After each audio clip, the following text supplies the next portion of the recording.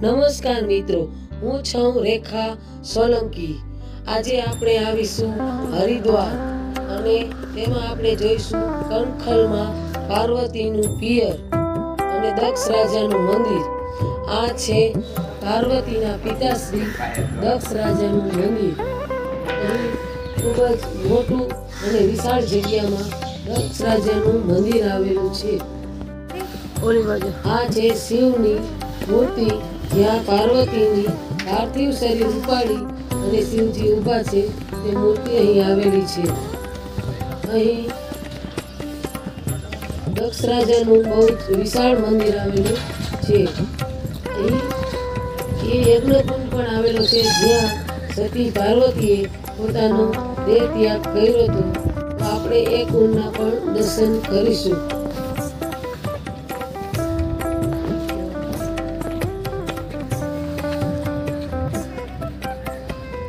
આ છે દક્ષ રાજાનું વિશાળ મંદિર। આ મંદિરમાં એક કુંડ પણ આવેલો છે।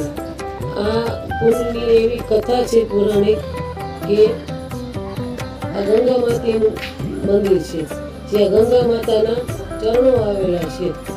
હરકી પોઢીમાં ગંગા માતા વહે છે, પણ ગંગા માતાના ચરણો અહીંયા આવેલા છે। અને આ એ કુંડ છે કે જ્યાં દક્ષ રાજાએ હવન કર્યો હતો અને સતી પાર્વતીએ આમાં પોતાના દેહ ત્યાગ કર્યો હતો। આ એ કુંડ જ છે। આ એક એવી વાર્તા છે કે દક્ષ રાજાએ હવન કર્યો એ બધા રાજાઓને તેડાવ્યા હતા, પણ શિવજીને આમંત્રણ આપ્યું નહોતું। છતાં દેવી પાર્વતી ત્યાં હવનમાં ગયા હતા અને ત્યાં શિવજીનું અપમાન કરવામાં આવ્યું।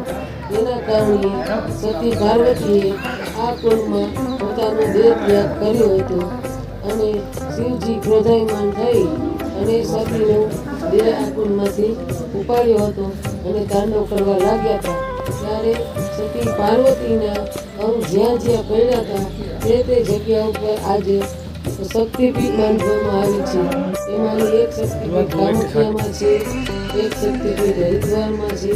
એવી દુનિયામાં જુદી જુદી જગ્યાએ જ્યાં જ્યાં સતીમાના અંગ પડ્યા હતા ત્યાં ત્યાં શક્તિપીઠો બાંધવામાં આવી હતી।